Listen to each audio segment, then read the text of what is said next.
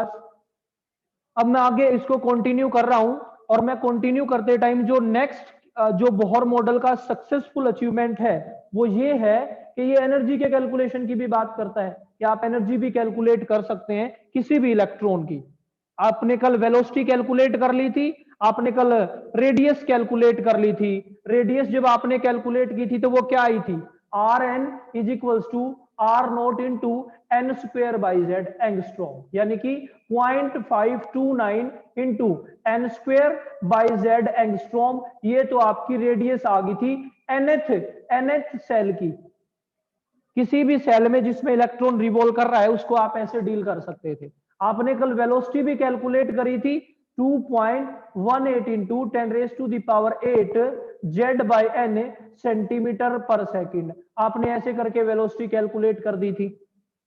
इसके लिए आपने नेसेसरी सेंट्रीपिटल फोर्स और उस फॉर्मूले का यूज करा। एनर्जी कैलकुलेशन में भी हमें उसका यूज करना है, प्लीज देख लेंगे कैसे। Just have a look energy calculation. देखो ना, आप पता नहीं क्यों इस चीज की गहराई को समझ नहीं पा रहे कि हम देखो उसकी वेलोसिटी, एनर्जी, रेडियस सारा कुछ तो कैलकुलेट कर रहे हैं और वो हमें दिखाई तक भी नहीं देता। प्लीज मैं बार बार इसको बोल रहा हूं, प्लीज इस बात को समझें कितनी बड़ी सक्सेस थी ये। कुछ चीज दिख ही नहीं रही आपको, सब एटॉमिक लेवल पे है वो, सब एटॉमिक लेवल पे। कैन यू इमेजिन, उसको कैलकुलेट कर पा रहे हैं आप। एनर्जी कैलकुलेशन में आपको क्या करना है, प्लीज सुनेंगे मेरी बात। मैंने लिखा कि मेरे पास जो फोर्स थी ना उसका फॉर्मूला था K into Z E square upon R is equals to M V square upon R था, लेकिन इस आर स्क्वेयर से मैंने इसको कैंसिल आउट कर दिया था और यहां से हम पहुंच गए थे K Z E square upon R is equals to M V square. ये था हमारा जो नेसेसरी सेंट्रीपिटल फोर्स को और सेंट्रीफ्यूगल फोर्स को, उनको बैलेंस कर रहा था। इलेक्ट्रोस्टैटिक फोर्स को और सेंट्रीफ्यूगल फोर्स को, दोनों को बैलेंस करने के बाद ये डाटा आ रहा था। ये सबसे इंपॉर्टेंट है। अब मेरी बात सुनेंगे। अगर आप बात कर रहे हैं बेटा जी एनर्जी की, तो एक चीज तो श्योर है, energy is sum of kinetic energy and potential energy. Kinetic energy और पोटेंशियल एनर्जी का जो सम है वही तो आपके पास टोटल एनर्जी है। देखेंगे अब प्लीज। मैं कह रहा हूं कि काइनेटिक एनर्जी बराबर होती है 1/2 mv स्क्वेयर के, हाफ mv स्क्वेयर के। इसको हम काइनेटिक एनर्जी कह रहे हैं। बताएंगे, नेहा बताएगी। नेहा, काइनेटिक एनर्जी क्या होती है बेटा? Neha 19431। Neha unmute yourself. Yes sir. बताओ ना बेटा, जल्दी बताओ काइनेटिक एनर्जी क्या होती है। इतना टाइम ना लगाया करो, जल्दी बताया करो। नहीं पता तो मना कर दिया करो, सर नहीं पता। Sir half M V square. Half mv square तो मैंने लिख ही दिया ना गुड़िया। नवीन, नवीन Sir, which does not apply is motion in it. which does not apply नहीं, which apply। Akashdeep, Sir, kinetic energy is the property of moving object or particle and depends not only its motion but on its mass also. हाँ बिल्कुल। जब कोई moving particle है ना, moving particle, kinetics का तो मतलब ही बेटा मोशन से होता है। सो काइनेटिक एनर्जी होगी हाफ mv स्क्वेयर। अब मेरी बात बहुत ध्यान से सुनना, मैंने ये लिख दिया इक्वेशन नंबर 1। मेरे पास यहां से ना mv स्क्वेयर की वैल्यू इसके बराबर है। मैंने क्या किया, इस इक्वेशन नंबर 1 को दोनों तरफ हाफ से मल्टीप्लाई कर दिया। So 1/2 K Z E square upon R is equals to 1/2 mv square. और ये आपके पास क्या है बेटा जी, काइनेटिक एनर्जी। आपके पास काइनेटिक एनर्जी ये है और ये बराबर है इसके, तो आप इसको यहां सब्स्टिट्यूट कर सकते हैं। इस इक्वेशन नंबर 2 से आपको काइनेटिक एनर्जी पता लगी। अब मुझे बात करनी है पोटेंशियल एनर्जी की। मैं दोनों को ऐड कर दूंगा और मेरे पास टोटल एनर्जी आ जाएगी। अब मैं आपको ये बता दूं प्लीज, ये ऐसे ही इक्वेट नहीं करा मैंने, इसका मीनिंग है कुछ। क्योंकि यहां से हम क्यों कैलकुलेट कर रहे हैं, क्योंकि यही तो वो चीज है जो इलेक्ट्रॉन को न्यूक्लियस के साथ बाइंड करती है। इसलिए यहां पे मल्टीप्लाई डिवाइड करके इस टर्म में लिखना चाहते हैं, क्योंकि ये डाटा इलेक्ट्रॉन का डाटा है जो न्यूक्लियस के अराउंड रिवॉल्व कर रहा है बेटा जी। आपने ये इक्वेशन बना दी। अब बात कर लेते हैं पोटेंशियल एनर्जी की। पोटेंशियल एनर्जी किसके बराबर होगी भाई? पोटेंशियल एनर्जी बराबर होगी के into Q1 into Q2 upon are. और कल किसी बच्चे ने मेरे से पूछा था कि सर यहाँ तो आपने इलेक्ट्रॉन तो नेगेटिवली चार्ज है, आपने इलेक्ट्रॉन के साइन को क्यों नहीं मल्टीप्लाई किया? आज मल्टीप्लाई करेंगे। कल भी बताया था मैंने, पोटेंशियल एनर्जी में हम साइन को इंक्लूड करेंगे ही करेंगे। वेक्टर जब भी आ जाएगा, जो आप दोनों टर्म्स को इंक्लूड करेंगे, मैग्नीट्यूड को भी और साइन को भी। अब मेरे को बात करनी है इलेक्ट्रॉन के चार्ज की, और मुझे बात करनी है बेटा न्यूक्लियस के चार्ज की। तो मैं यहाँ पे लिखूंगा k इंटू इलेक्ट्रॉन का चार्ज तो आपके पास E है, और बेटा जी न्यूक्लियस का चार्ज कितना है? ZE, क्योंकि Z नंबर ऑफ प्रोटॉन्स है, और प्रोटॉन पे चार्ज उतना ही होता है जितना इलेक्ट्रॉन पे है, डिवाइड बाय R। ये पोटेंशियल एनर्जी आ गई। मैं पोटेंशियल एनर्जी को बेटा जी क्या लिख सकता हूं? ZE square, KZE square upon R। ये मैंने ब्रैकेट, स्क्वायर ब्रैकेट में इसको इंक्लूड करा दिया, बॉक्स में इंक्लूड करा दिया, आपके पास पोटेंशियल एनर्जी आ गई। देखो, अब कोई बच्चा मेरे को ये बताएगा पोटेंशियल एनर्जी का मतलब क्या है? Potential energy due to position होती है। पोटेंशियल एनर्जी पोजीशन की वजह से है, energy acquired due to the position, और kinetic energy is due to its movement, due to its motion. वो मोशन की वजह से जो एनर्जी है उसकी बात की जा रही है। सो अब बात ये होगी, कुल मिला के आपके पास दोनों एनर्जी आ गई, काइनेटिक भी और पोटेंशियल भी। अब जब आप टोटल एनर्जी की बात कर रहे हैं तो आप इन दोनों को ऐड कर दें, और जब आप इन दोनों को ऐड कर देंगे तो बेटा जी देखना रिजल्ट कितना गजब का आएगा। आपके पास एनर्जी है, एनर्जी, और आपने काइनेटिक और पोटेंशियल को ऐड करना है। प्लीज, काइनेटिक की वैल्यू कितनी है यहां से? 1/2 KZE square upon R, plus का साइन। और देखो ना प्लीज, जैसा कि कल मैंने कहा कि इलेक्ट्रॉन पे चार्ज माइनस है, तो मैं यहां नेगेटिव से और मल्टीप्लाई कर दूं तो ये मेरे पास वैल्यू कितनी आ जाएगी? माइनस का KZE square upon R। Magnitude और साइन दोनों इंक्लूड करेंगे पोटेंशियल एनर्जी में। This will comes out to be 1/2 KZE square upon R minus KZE square upon R। ये आपके पास टोटल एनर्जी का फॉर्मूला आ गया। देखो ना प्लीज, ओहो please have a look. Neha, Muskan, Priyavart, देखो KZE स्क्वेयर अपॉन R यहाँ पे है और KZE स्क्वेयर अपॉन R यहाँ पे, इतनी तो टर्म बराबर है। बस फर्क क्या है बेटा जी, यहाँ पे हाफ लिखा है और यहाँ पे 1 है। मतलब यूं समझ लो, ये जो मैंने रेड सर्कल में इंक्लूड कर दिया ये x है, क्योंकि दोनों में ही बराबर है। तो इस तरफ तो हाफ x है और इस तरफ x है, और x माइनस का है, तो वैल्यू कितनी बच गई? माइनस का x/2, माइनस का 1/2 KZE square upon R। Reply करेगा ईच एंड एवरी स्टूडेंट और बताएगा किस किस को ये बात समझ आ गई, किसको नहीं आई। Neha, Vineet, Yes, sir. Yes sir, clear है। Yes sir. Yes sir. Yes sir, clear है सर। सबका रिप्लाई नहीं आया भाई। वरुण, दीपक, प्रियावर्त, प्रशांत, प्रशांत का आ गया, चिराग, कुलताज,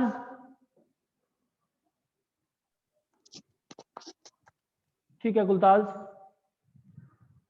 टोटल एनर्जी का फॉर्मूला आ गया अब आपके पास, माइनस का 1/2 KZE स्क्वेयर अपॉन R। देखो प्लीज, देखो रे, K कांस्टेंट है, Z भी कांस्टेंट है, E भी कांस्टेंट है, बदलेगा क्या? R। और R की वैल्यू आपने निकालनी सीख ही ली थी। R की वैल्यू आपने निकालनी सीखी तो थी। Rn is equal to 0.529 into n square by Z angstrom. Please आप यहां से R की वैल्यू को यहां पे सब्स्टिट्यूट कर दें, और जो भी कांस्टेंट है उनकी वैल्यू पुट कर दें, आपको एनर्जी की वैल्यू पता लग जाएगी n की और z की टर्म में। देखेंगे प्लीज मैं क्या कर रहा हूं। देखो भाई, कोचिंग सेक्शन के लिए ये सारा कुछ बहुत इंपॉर्टेंट है, क्योंकि ऑब्जेक्टिव क्वेश्चन यहीं से पूछे जाएंगे। स्क्रीनशॉट ले लिया होगा आपने, और अगर आपने स्क्रीनशॉट नहीं लिया हो तो प्लीज ले लें। दूसरा, मेरे पास ना मैसेज कर दें, कुछ बच्चे कल एब्सेंट थे, मैंने कल की क्लास भी रिकॉर्ड कर ली थी, मैं उनको लिंक दे दूंगा, वहां से उसको क्लियर कर लें। लेकिन उसका ये कतई मतलब नहीं है कि आप क्लास में नहीं आएंगे। लिंक उसी को मिलेगा अगर मैं उनको प्राइवेट कर दूंगा तो, जो क्लास में सिंसियर है। सो काइंडली आप एब्सेंट किसी भी हाल में ना हो क्लास से। एब्सेंटिज्म अलाउड नहीं है भाई, बिल्कुल भी। रेज कर दूं इसको? Yes, sir. ठीक है, यस सर। ठीक है, थैंक यू बेटा। अब देखो मैं इस R की वैल्यू को यहां सब्स्टिट्यूट कर दूंगा तो काम चल जाएगा हमारा। कैसे देख लें, energy is equals to minus का 1/2 K Z E square upon R की वैल्यू को मैं क्या लिख रहा हूं, ये तो कांस्टेंट है 0.529, इसको मैं R0 लिख देता हूं, या मैं इसको चलो लिख देता हूं 0.529 इंटू 10⁻⁻10 कर दिया मैंने, मीटर में कन्वर्ट कर दिया इसको, into n square as it is, और z ऊपर चला जाएगा। देखो ये जो मैंने ब्लू ये ब्लैक मार्कर से जो मैंने सर्कल कर दिए ना, दो तो z और ये n स्क्वेयर, सिर्फ ये वेरिएबल है, बाकी सारे कांस्टेंट है इसके अंदर।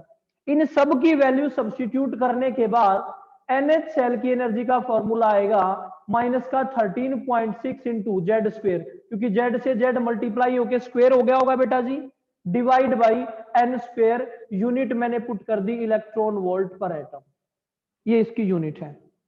एक एटम के लिए आपने इसको कैलकुलेट कर दिया। दूसरा 1 इलेक्ट्रॉन वोल्ट बराबर होता है 1.6 इंटू 10⁻⁻19 जूल के। बताएंगे किस किस को ये चीज क्लियर होगी, स्क्रीनशॉट ले लें इसका। सिर्फ स्क्रीनशॉट लेना मोटिव नहीं होना चाहिए आपका, आपको समझ में भी आ जाना चाहिए। अनम्यूट करेंगे और तब बताएंगे। आ गया सर। आ गया सर। Clear है ठीक है, sir. Neha, Prince, Varun, Yes, sir.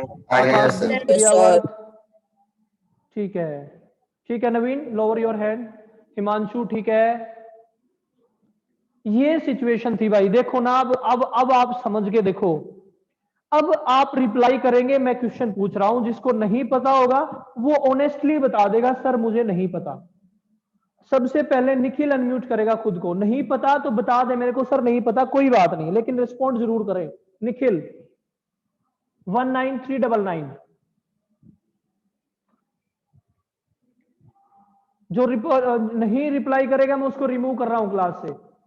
ऐसे क्लास नहीं चाहिए, मतलब बिना पार्टिसिपेशन की। निखिल, ठीक है निखिल। आकाशदीप बताएगा फिर। आकाशदीप अनम्यूट योरसेल्फ। ऐसे टाइम बहुत लगाते हो भाई आप। Yes, sir. आकाशदीप मेरे को एक बात बताओ, जेड की और एन की वैल्यू कुछ ना कुछ तो होंगी, 1 2 3, जीरो तो होगा नहीं, क्योंकि एन की वैल्यू कम से कम 1 से शुरू होती है, ये सेल है, पहली में होगा दूसरी में होगा, कम से कम हाइड्रोजन का तो एटम होगा ही, मतलब इनकी कुछ ना कुछ वैल्यू आएंगी। इन वैल्यूज को जब इस माइनस से मल्टीप्लाई करोगे तो वैल्यू माइनस आएगी। क्या कभी एनर्जी माइनस में हो सकती है Akashdeep? Sir may be sir negative energy हो सकती है सर शायद से। ठीक है। नवीन अनम्यूट करें। नवीन बता नहीं हो सकते हैं? सकती सर कभी भी नेगेटिव में एनर्जी। हाँ, नेगेटिव नहीं हो सकती, कोई बात नहीं। आकाशदीप आपने रिस्पॉन्ड किया, थैंक यू बेटा। अब मेरी बात सुनेंगे, अब आप ये बात ना जिंदगी भर नहीं भूलेंगे कि एनर्जी नेगेटिव नहीं हो सकती, क्योंकि आपने रिस्पॉन्ड किया। अब आप इसको ज्यादा अटेंटिवली सुन पाएंगे। Energy can never be negative, हो ही नहीं सकती नेगेटिव। एनर्जी नेगेटिव का क्या मतलब है? मान लो मैं हूं, मेरे अंदर कुछ एनर्जी है, तभी तो बोल पा रहा हूं। दो ही तो सिचुएशन हो सकती है, या तो मेरे अंदर नेगेटिव एनर्जी है या मेरे अंदर एनर्जी नहीं है। माइनस में एनर्जी कैसी एनर्जी भाई? या तो कोई चीज है और या नहीं है। इसको माइनस में कैसे कर दूं मैं? इस मार्कर को माइनस किया, क्या what does it mean? It is meaningless. कोई चीज है या नहीं, तू है कि नहीं, वो डिपेंड करता है। नेगेटिव का मतलब क्या है? मीनिंगलेस। है ये, हाँ है, नहीं है, नहीं है, नेगेटिव का कोई मतलब ही नहीं है। Energy can never be negative. लेकिन अगला क्वेश्चन ये है कि अगर एनर्जी नेगेटिव पॉसिबल ही नहीं है तो फिर ये नेगेटिव साइन क्यों आया? Why does this negative sign? कहां से आ गई ये नेगेटिव साइन? इस सर, ये- नेगेटिव, हाँ हाँ सर ये 10 नीचे था सर, इसको पावर ऊपर लाने के लिए 10 माइनस में आई है ये। ना ना ना ना, ऐसा नहीं है। कौन सी पावर की बात कर रहे हो आप? अभी तो देखो बेटा, ये मैंने डायरेक्ट रिजल्ट लिखा है नवीन यहाँ पे, क्योंकि कल मैंने ये बताया था कैसे लिखना है। के की वैल्यू जब आप पुट करेंगे यहाँ पे नवीन, 9 इंटू 10⁻⁹ तो ये आ गया। ई की वैल्यू पुट करेंगे 10⁻⁻⁻19 कुलाम, उसका स्क्वायर करेंगे। तो मैंने ये डायरेक्ट रिजल्ट लिखा है, और वो भी इलेक्ट्रॉन वोल्ट में। इस वैल्यू को इससे मल्टीप्लाई कर दें तो ये जूल में कन्वर्ट हो जाएगा। ठीक है नवीन? Yes sir. हाँ, तो ये वैल्यू सब्स्टिट्यूट करने के बाद आया है। अब मैं आपको ये बता रहा हूं इस नेगेटिव साइन का मतलब क्या है, what does this negative sign means. और ये क्वेश्चन भी पूछा जाएगा आपसे कि एनर्जी के जो फॉर्मूले निकाले आपने, ये बोर मॉडल ही चल रहा है अभी भी, कल वाले में ही कंटिन्यू करेंगे आप इसको। नेगेटिव साइन का क्या मतलब है प्लीज, तो मेरी बात सुनेंगे प्लीज, उसके बाद मैं यहां पे इसको लिखूंगा। मान लीजिए मेरे पास ये न्यूक्लियस है, थोड़ा सा लार्ज कर देता हूं ताकि आपको विजिबल रहे, इतना साइज बड़ा होता नहीं है कभी भी। ये न्यूक्लियस है, और मैंने मान लिया ये मेरे पास ऐसे सेल्स है, और ये न्यूक्लियस से इलेक्ट्रॉन प्रेजेंट है यहां पे, और इन दोनों के बीच का जो डिस्टेंस है ना बेटा जी, वो इनफाइनाइट डिस्टेंस है। इनफाइनाइट से मैं क्या बताना चाहता हूं आपको, मैं ये बताना चाहता हूं बेटा इनफाइनाइट से कि इस इलेक्ट्रॉन में और इस न्यूक्लियस में फोर्स ऑफ अट्रैक्शन 0 है, कोई फोर्स ऑफ अट्रैक्शन है ही नहीं, इतने दूर है ये एक दूसरे से। अब मुझे एक बात बताएं, जैसे जैसे मैं इस इलेक्ट्रॉन को इस न्यूक्लियस के पास लेके जाऊंगा, तो पॉजिटिव में और नेगेटिव में कुछ ना कुछ फोर्स ऑफ अट्रैक्शन तो पक्का होते ही होते हैं। और अगर उन दोनों में फोर्स ऑफ अट्रैक्शन है, तो एक चीज तो श्योर है कि ये जैसे ही इसको अट्रैक्ट करेगा, इलेक्ट्रॉन कुछ ना कुछ एनर्जी एमिट करेगा। क्योंकि जब भी दो चीजें एक दूसरे को अट्रैक्ट करती हैं, एक दूसरे के पास आएंगी, तो वो एनर्जी एमिट करती हैं। सर्दी के टाइम में देख लेना, हम हाथों को ऐसे करते हैं, ये अट्रैक्ट कर रहे हैं आप इनको, और इससे एनर्जी बाहर निकल रही है। सो जब ये इलेक्ट्रॉन न्यूक्लियस से इनफाइनाइट डिस्टेंस पे है, बहुत ज्यादा दूर है, इतना दूर कि इनमें फोर्स ऑफ अट्रैक्शन है ही नहीं, तब हम कह रहे हैं कि इस इलेक्ट्रॉन की जो एनर्जी है ना, वो हमने 0 मान ली।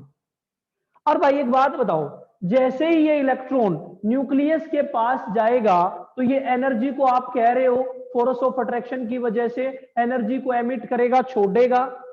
अगर ये रिलीव कर देगा, 0 में से भी कुछ एनर्जी को बाहर निकालेगा, तो इसका मतलब तो फिर साइन नेगेटिव ही आएगा। तो फिर क्वेश्चन अराइज हुआ, सर आप तो कह रहे हो कि नेगेटिव एनर्जी तो होती नहीं यार, फिर भी आप ये कह रहे हो कि नेगेटिव साइन आएगा। हाँ, तो मैं अब भी कह रहा हूं, लेकिन सुने, मान लीजिए मैंने कहा कि एनर्जी ना पहले सेल में एनर्जी है माइनस का 13.6 इंटू जेड की वैल्यू 1, एन की value 1, Z square upon N square. आपने वैल्यू पुट करी, यहाँ पे 1 आ गया, और ये वैल्यू आ गई इलेक्ट्रॉन वोल्ट पर एटम। इस लाइन का क्या मतलब है कि वो इलेक्ट्रॉन जब इनफाइनाइट डिस्टेंस से यहां पे आया पहली सेल में, तो उसने ना इतनी एनर्जी 13.6 एनर्जी रिलीज कर दी, बाहर छोड़ दी उसने। सो नेगेटिव साइन सिर्फ इस चीज को इंडिकेट कर रहा है, उसका मैग्नीट्यूड से कोई लेना देना नहीं है। ये मैथ नहीं है, मैथ में तो नेगेटिव का मतलब कुछ और ही है, तभी तो इसको साइंस कहते हैं। यहां मतलब निकाले जाते हैं, देखने मात्र से काम नहीं चल रहा। Negative sign indicates that when electron is at infinite distance from the nucleus, the energy of the electron is 0, but as soon as the electron approach the nucleus, it will emit some energy. This negative sign indicates the emission of energy due to force of attraction. Force of attraction की वजह से ये electron जब nucleus की तरफ attract होगा, तो energy को एमिट करेगा, इसीलिए नेगेटिव साइन आया है। अदरवाइज इस नेगेटिव साइन का और कोई मतलब नहीं है, इससे अलावा कोई मतलब ही नहीं है। बस ये दिखाना चाह रहे हैं हम कि ये एनर्जी है ना, जब 0 से वो आगे आ रहा है तो इतनी एनर्जी एमिट कर रहा है, और ऑफकोर्स एनर्जी एमिट कर रहा है, यहां उसकी 0 थोड़ी ही होगी। इनफाइनाइट का तो हमें मतलब ही नहीं पता, हमने माननी है ये 0। सो ये मान के ही हम इसको माइनस शो कर रहे हैं। और देखो कितनी खूबसूरत चीज बताता हूं आपको, वो इनफाइनाइट डिस्टेंस पे जब था तो उसकी एनर्जी 0 थी, और जब वो इस पहली सेल में आ गया तो इसमें आपने एनर्जी निकाल दी माइनस का 13.6। बताओ इस पहली सेल में और जहां से वो आया है, उन दोनों में एनर्जी का गैप कितना है? तो एनर्जी का गैप है 0 - माइनस का 13.6 वैल्यू आ गई, प्लस का 13.6। यानी कि ओहो, अगर आप इस पहली सेल से उसको वापस वहीं भेजना चाहते हो जहां से वो आया है, उसको इतनी एनर्जी दे दो, वो वापस वहीं चला जाएगा। बताएंगे, रिप्लाई करेंगे, किस किस को ये बात समझ आ गई? आ गए sir. Yes sir. Yes sir. Yes, sir. Vineet ठीक है, कुलताज का भी रिप्लाई आ गया। ये नीचे कुछ एक स्टूडेंट हैं जो पार्टिसिपेट नहीं कर रहे। प्रियावर्त, प्रियावर्त आज मैं आपके पेरेंट्स से 100% बात करूंगा, रिस्पॉन्ड करते रहे भाई। हाँ, दीपक, वरुण, निखिल, निखिल अनम्यूट करके। हाँ ठीक है ठीक है, नहीं मैं वैसे कनेक्टिविटी के लिए बोल रहा हूं। निखिल ना अनम्यूट करके बताना होता है, समझ आया कि नहीं आया? पेड वर्जन का ये फायदा है। अब प्लीज इस स्टेटमेंट को लिख भी लें, यहां पे लिख रहा हूं मैं, negative sign, negative sign indicates that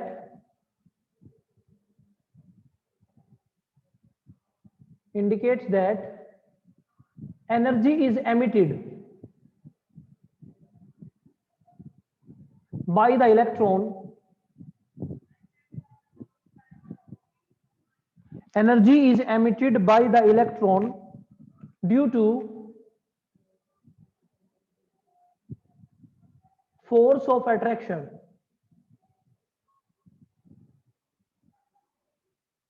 between electron and nucleus. Electron और न्यूक्लियस के फोर्स ऑफ अट्रैक्शन की वजह से एनर्जी एमिटी हुई है, इसीलिए नेगेटिव साइन आपको दिखाया गया है। यही रीजन है कि नेगेटिव साइन हम वहां पे इंक्लूड कर रहे हैं। I hope I am clear. Yes sir. ठीक है, स्क्रीनशॉट ले लिया? Yes, sir. अब इसको इरेज कर रहा हूं। Yes sir. Yes sir. ठीक है बेटा जी, ठीक है, थैंक यू। ये बात हुई कि भाई इसकी नेगेटिव है, ठीक है भाई। अब देखो ना प्लीज, वापस हम वहीं पे आ गए। ये बोहर मॉडल में ही चल रहा है सारा कुछ। बोहर मॉडल में नेक्स्ट पोस्टुलेट पे आ गए हम, please postulate next. Next postulate में बोहर क्या कहता है? That electron is revolving, electron is revolving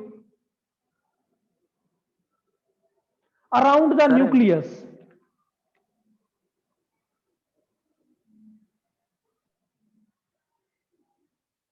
in a fixed circular path.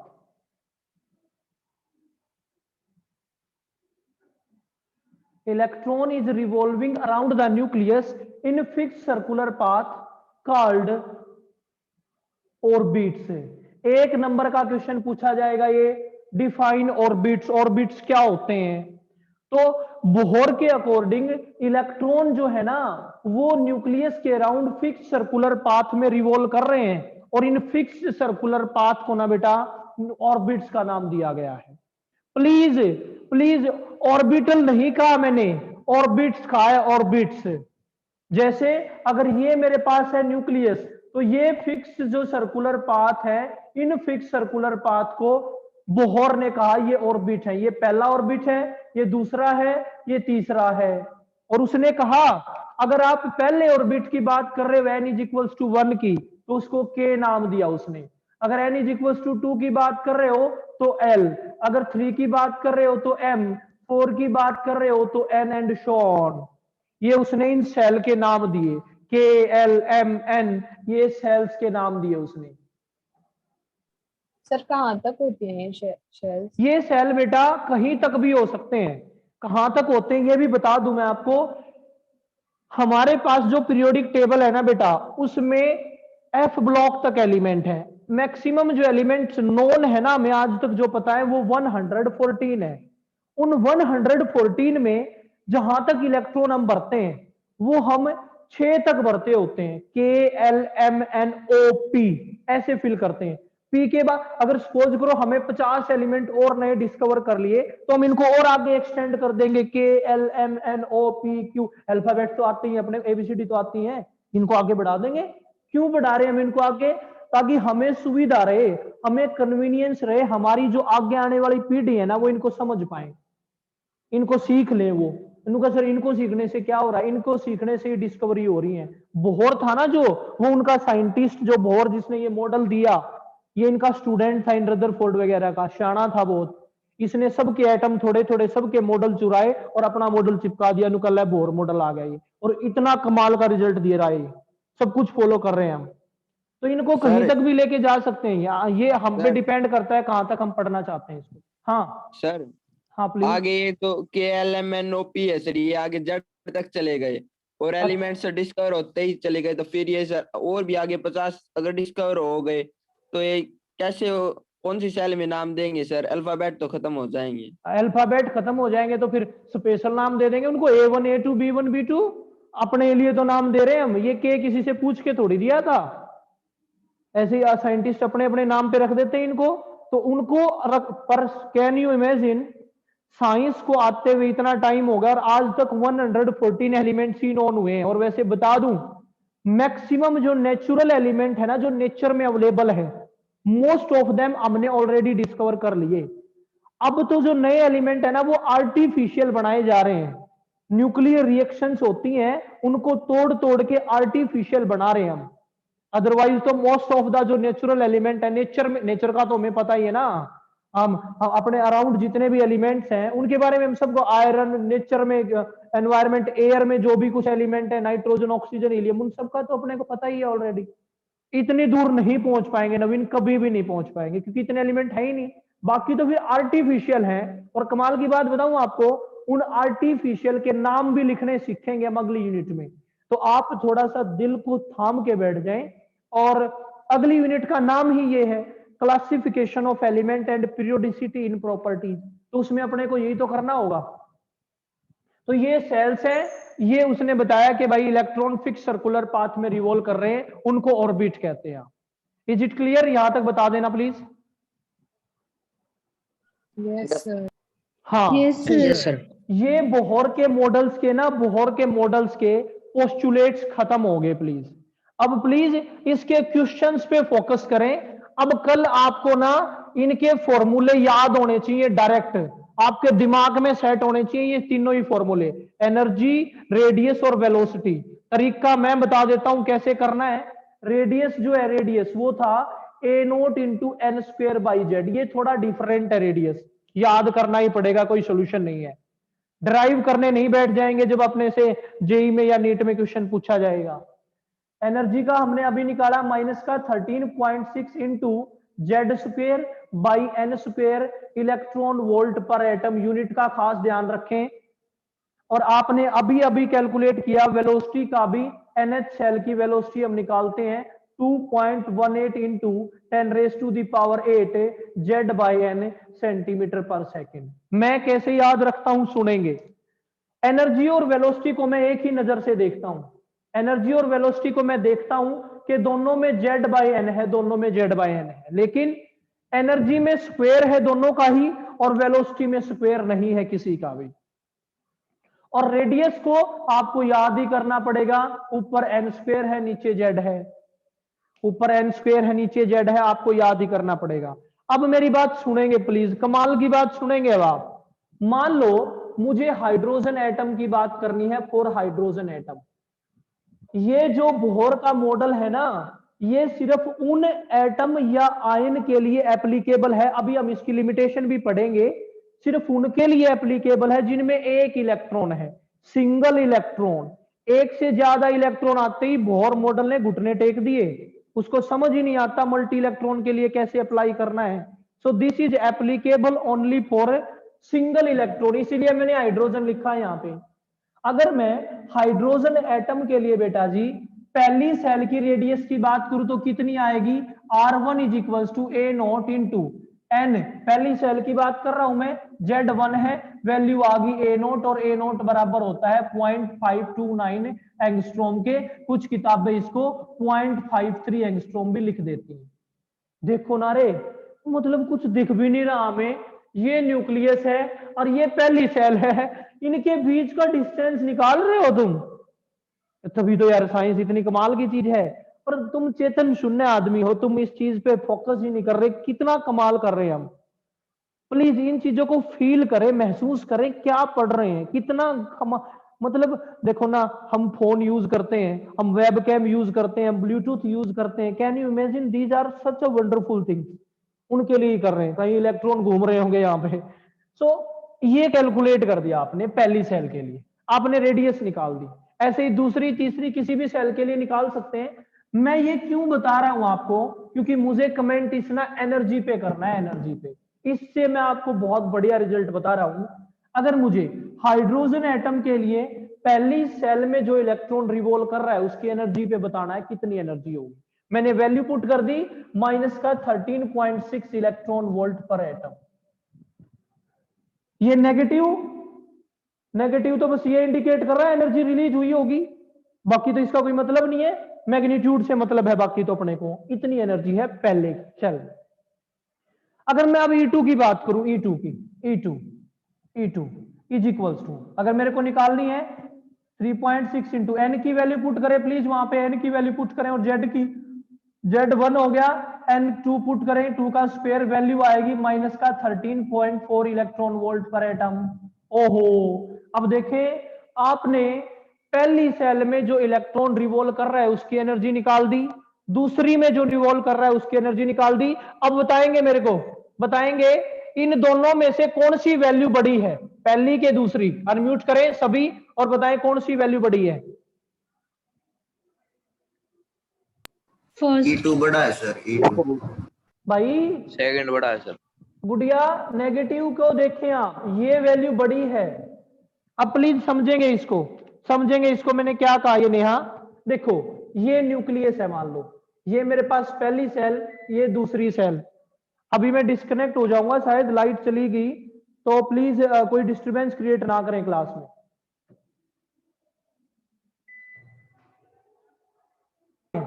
तो आप देखो जीरो की तरफ जा रहे हो, ये जो पहली सेल थी, ये पहली सेल, इसकी एनर्जी कितनी थी माइनस का 13.6, जो दूसरी है उसकी कितनी है माइनस का 3.4, और जो ये इनफाइनाइट डिस्टेंस पे है उसकी एनर्जी है जीरो। तो देखो एनर्जी बढ़ी तो रही है, नेगेटिव से जीरो की तरफ जा रहे हो आप, एनर्जी बढ़ रही है। इसका मतलब लिख लेंगे on moving away from the nucleus, जैसे जैसे न्यूक्लियस से दूर जा रहे हो आप, एनर्जी ऑफ द इलेक्ट्रॉन और energy of the shell is increasing. पहली सेल में एनर्जी कम है, दूसरी में उससे ज्यादा, तीसरी के लिए सोल्व कर देंगे और भी ज्यादा आ जाएगी। देख लो सोल्व भी कर सकते हैं, माइनस का 13.6 इंटू 3 का स्क्वायर, 9 से डिवाइड करेंगे इसको, यानी कि ये वैल्यू और भी ज्यादा आ गई। सो जैसे जैसे आप न्यूक्लियस से दूर जा रहे हैं, on moving away from the nucleus, energy of the shell is increasing continuously. और इस सेल में कौन है, इलेक्ट्रॉन है। इसीलिए बोहर ने यह कहा कि जब कोई इलेक्ट्रॉन इस सेल में घूम रहा होगा ना, तो वो एनर्जी को ना तो एमिट करेगा ना एब्जॉर्ब करेगा। लेकिन अगर कोई इलेक्ट्रॉन यहां से यहां जंप करना चाहता है, तो वो कितनी एनर्जी लेके वो जंप कर जाए, वो इतनी एनर्जी ले जितना इन दोनों में गैप है। और इन दोनों में गैप कितना है, डिफरेंस निकाल दो ना आप प्लीज इनका। अगर आप इन दोनों का डिफरेंस निकालेंगे, माइनस का 3.4 माइनस 13.6 वैल्यू आएगी प्लस का 10.2 इलेक्ट्रॉन वोल्ट। मतलब इस पहली सेल में से अगर कोई इलेक्ट्रॉन दूसरी में जाना चाहता है, तो इतनी एनर्जी वो एब्जॉर्ब करेगा, खाएगा, लेगा, वो एक्सेप्ट करेगा। और अगर कोई दूसरी से पहली में जाना चाहता है तो फिर एमिट करेगा, क्योंकि यहां से यहां एनर्जी बढ़ रही है। So according to Bohr, electron is revolving in fixed circular path and there is no emission or absorption of energy when the electron is revolving in the path. But when the electrons jumps from higher energy level to lower and lower to higher, then there is either emission or absorption of energy. जब वो lower से higher में जाएगा तो energy को absorb करेगा, और higher से लोअर पे जाएगा तो एनर्जी को एमिट करेगा। बताओ ना प्लीज किस किस को ये बात समझ आ गई, बताओ ना प्लीज। यस सर, क्लियर है। क्लियर है Yes, सर। sir. क्लियर है सर। क्लियर है एक बार फिर से बता दो सर। हाँ ठीक है हिमांशु, क्या फिर से बताना है ये बता दो प्लीज एक बार। ये डेफिनेशन बता दो सर एक बार बस इसकी। क्या किसकी डेफिनेशन? इंक्रीज होगी तब कैसे क्या डिक्रीज? हाँ देखो मैंने ना एनर्जी, अब आपके पास डाटा है, आपके पास एनर्जी का फॉर्मूला है, जिस भी हम सब हाइड्रोजन एटम के लिए पढ़ रहे हैं, आप एन की वैल्यू पुट करें, पहली सेल पहली पुट करेंगे तो ये दोनों 1 हो गए, ये वैल्यू आ गई। ई की वैल्यू, E2 का मतलब है सेकंड सेल की एनर्जी, एन की वैल्यू 2 पुट कर दी, 2 का स्क्वायर होगा क्योंकि एन का स्क्वायर है, 2 पुट करा तो वैल्यू आ गई। ऐसे ही 3 पुट करा, ये जब वैल्यू पुट करी तो हमने ये देखा पहली से दूसरी पे जब हम जा रहे हैं तो एनर्जी बढ़ रही है।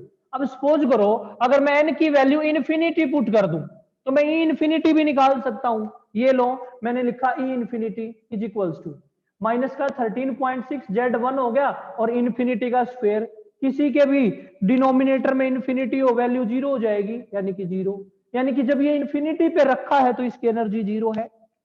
यानी कि जैसे जैसे न्यूक्लियस से दूर जा रहे हो तो उस सेल में जो इलेक्ट्रॉन है उसकी एनर्जी बढ़ रही है, यानी कि इस सेल में एक इलेक्ट्रॉन है, उसकी जो एनर्जी है वो इस सेल वाले इलेक्ट्रॉन से ज्यादा है।